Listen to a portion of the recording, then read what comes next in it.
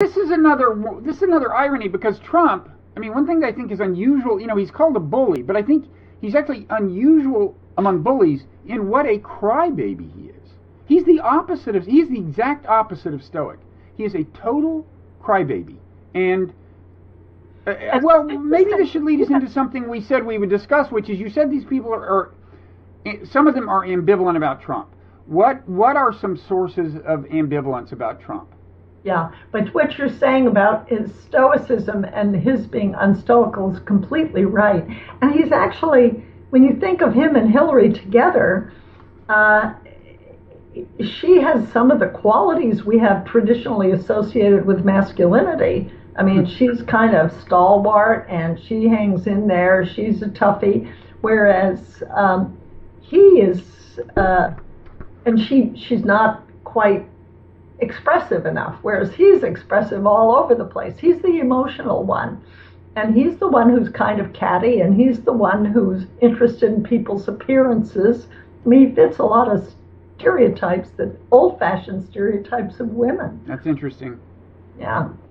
I suspect he would not be receptive to that interpretation. I suspect he would not. So what are some of the main things they're ambivalent about in Trump? Things they'd rather have different in someone who's going to be their leader? Yes. One couple, the couple to whom I dedicated the book, the Arenos, and he was a pipe fitter at Pittsburgh Plate and Glass, and his wife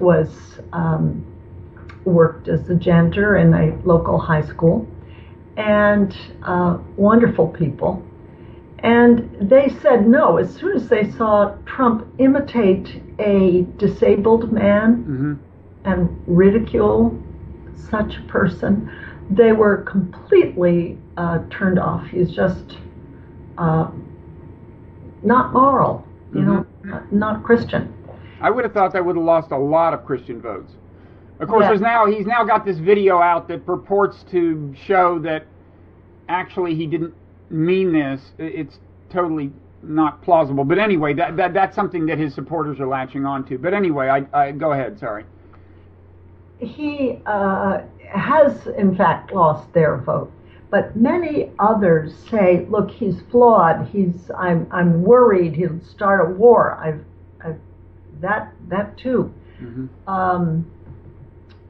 And I think that mainly. And why is he putting people down? Why a wireless shaming? I think. What about his lack of humility? One thing that surprised me about his Middle American supporters, I'd always thought humility was kind of a Middle American value. Did that come up at all? Well, in that I wouldn't say so. What they didn't like him shaming so many groups, but they didn't see anything else for them to put them higher up in line. And they thought of Hillary as a continuation of the federal government sponsoring all the others ahead of them.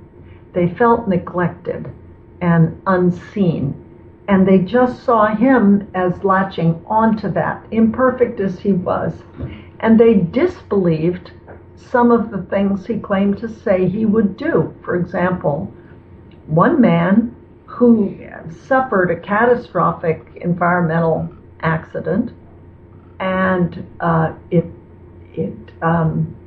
required the evacuation of all 360 people of his community, and it was terrible. It could have been prevented by regulation, which he himself thought. And Trump has vowed, one of the first clearest things he said he would do is to abolish the Environmental Protection Agency. So wait a minute, you've got a guy whose life has turned upside down, loves his community, lost his community because of environmental absence of regulation, and he's voting for the guy who's planning to abolish the very federal agency. You wonder, well, gee, and I did ask him, how's this fit together? And he said, oh, I don't think Trump means it.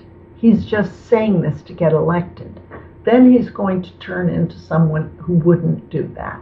Mm-hmm. So there was this, I would have to say, magical kind of belief that many of the cruel and difficult and harsh things he was saying, he didn't actually believe. So it isn't that they didn't believe in humility in their everyday lives, or even look for it in leaders, but they actually disbelieved quite a bit of what they heard, mm-hmm. and perhaps imagined him as a nicer person, more humble person.